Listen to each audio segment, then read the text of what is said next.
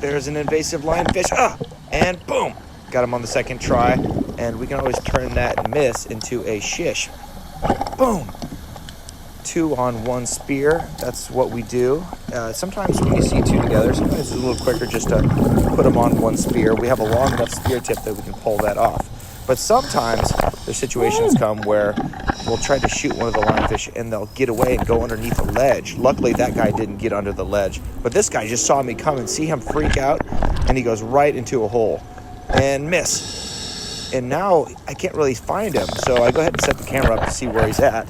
And I can take my spear in half and actually get it into the hole, and I'm able to get him.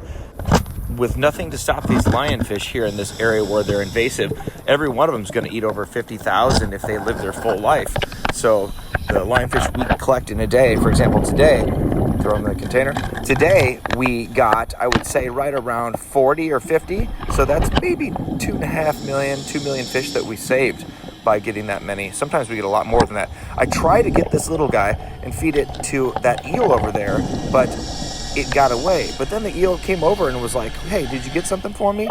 I'm hoping that he finds it out. Maybe I hit the lionfish a little bit, and that little bit of blood or whatever will cause him to be able to snag him up. But see how it swims? Look at that bright, bright green. They turn sideways and kind of flatten out, and just like a ribbon, they just sail over the reef. Free swimming moray eels. Sometimes they can get a little bit aggressive, but this guy was a sweetheart. And there's a nice big blue parrotfish. The reef had some very vibrant areas with a lot of life, but then there were some areas that weren't so crazy here in this particular. It's very sandy, but that is a little black grouper. Unfortunately, some people will shoot those tiny black groupers like that, thinking they're of size or not caring, and that's actually illegal. You have to shoot them once they're a certain size. You can't just shoot any old black grouper just because this black grouper has to be, a certain length. I'm not sure exactly what it is because I don't hunt those guys, and the only reason I would be concerned with it is if somebody brought one on the dive boat. Look at all of these grunts. This area was just chock full. Boom! That guy was in the process of hunting a little fish, and I was able to clobber him. This was just a really pretty area. It was a nice clear day. The water was a bit chilly. Look at this big boy.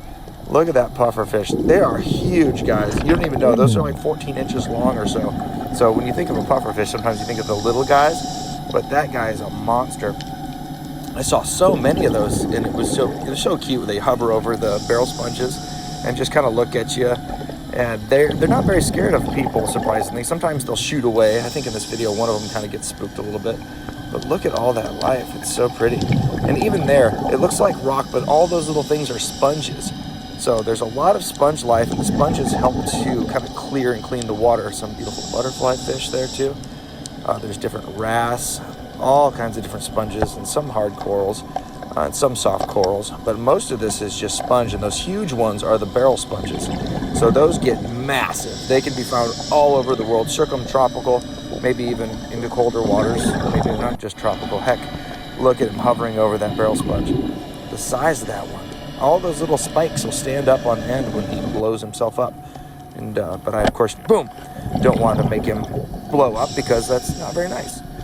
Look at now, that's kind of ugly, kind of rock.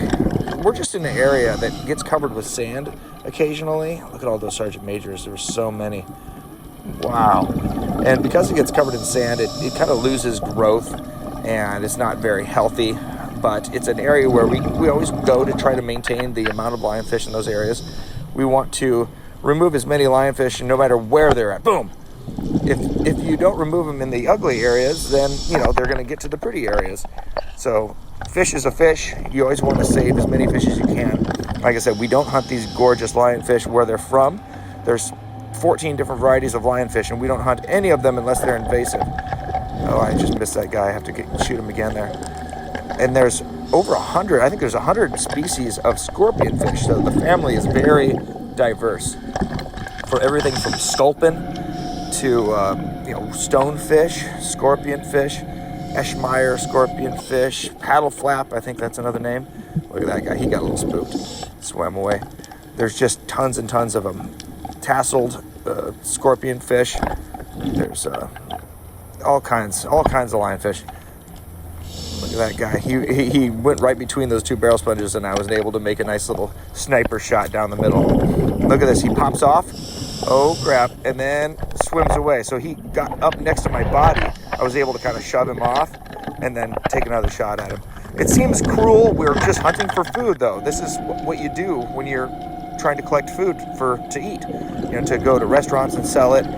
This isn't something we're just doing to be mean. We do this because we want to sell these fish, and we want to help the environment, because they destroy environments more than anything. Actually, this is one of the most invasive things on the planet.